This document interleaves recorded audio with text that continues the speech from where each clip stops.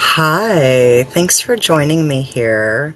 I'm Jamille with Jamille Wellness Counseling, and informed consent in therapy is really important for my clients to understand. It's ongoing. Consent is ongoing. So if at any time you, as my client, are confused about something or want clarity around something, then I would love to have a conversation with you about this. So these videos will be broken up into small, more manageable chunks of information. So I'm just reading straight from my informed consent um, that I have on my through my secure portal that you, as my client, will get.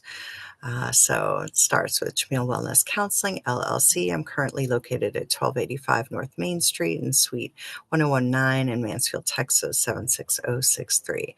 So informed consent for psychotherapy, expressed understanding. This is all the legalese things. So hopefully I can make it more accessible by just putting it in plain language.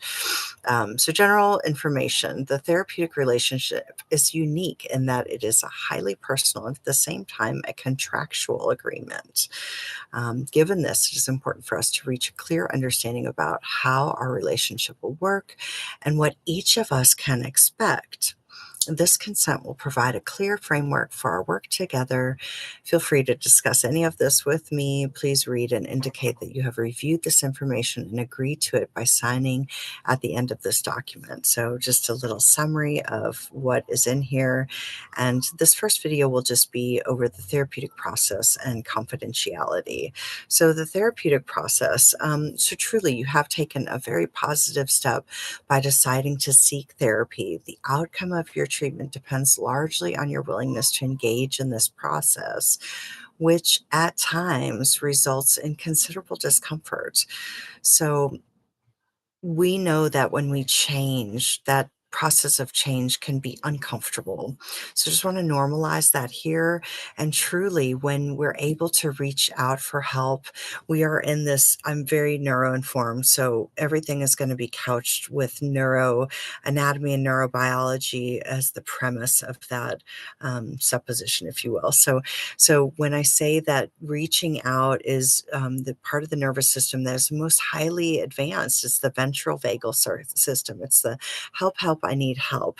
When we lose that ability to do that, then we go down this polyvagal ladder and we go into fight and flight. And most of us end up there. And this can manifest with like, oh, I don't need any help, or I don't want to be vulnerable, or I can handle it on my own.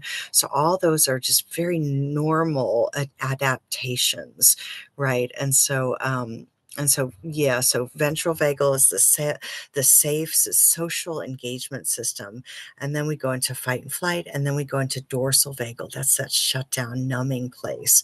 So this is all just normal nervous system states. So I want to really say that loud and clear, and that there's no vilification of shutdown or of fight and flight. Okay, so anyhow, so you are reaching out. You're in this ventral vagal nervous system.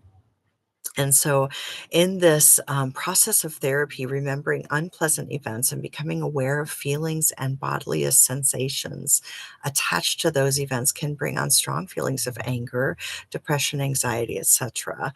There are no miracle cures. I cannot promise that your behavior or circumstance will change.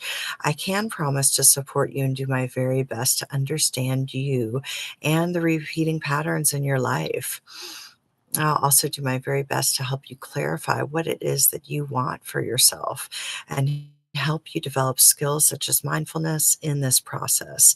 So I want to bring in right here at the beginning that I am a somatic psychotherapist trained in Hakomi. I'm a Hakomi graduate, and Hakomi is mindful somatic psychotherapy. And as part of the um, a key concept in Hakomi is called the sensitivity cycle, and it starts with clarity and then moves to purposeful action, satisfaction, and then relaxation. So sometimes when we get clarity, then we can mobilize, right, and engage that purposeful action, and then that sometimes the satisfaction and the relaxation part is the part that I might have.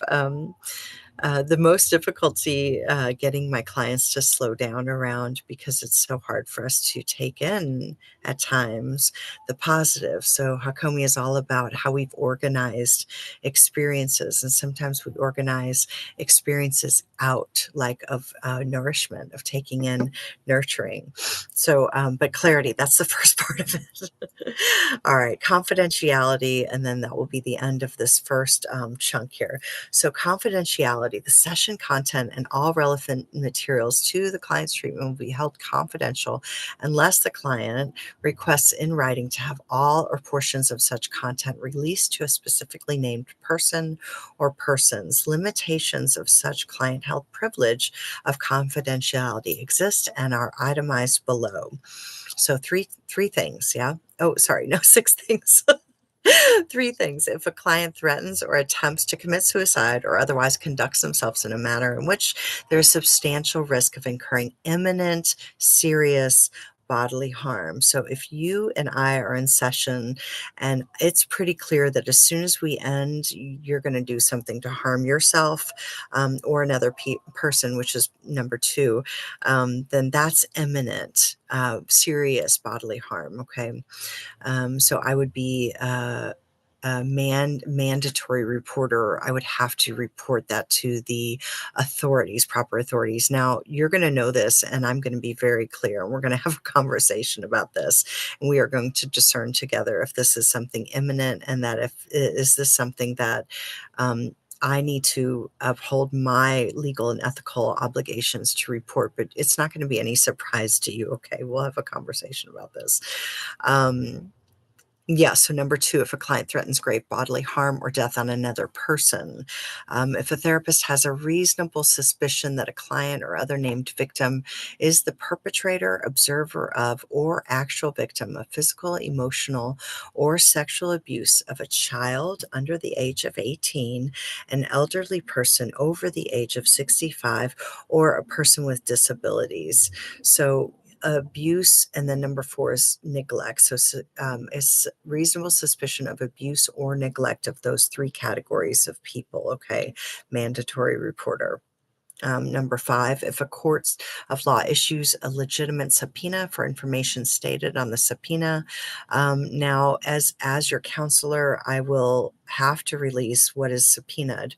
However, if a client is in therapy or being treated by order of court of law, or if information is obtained for the purpose of rendering an expert's report to an attorney.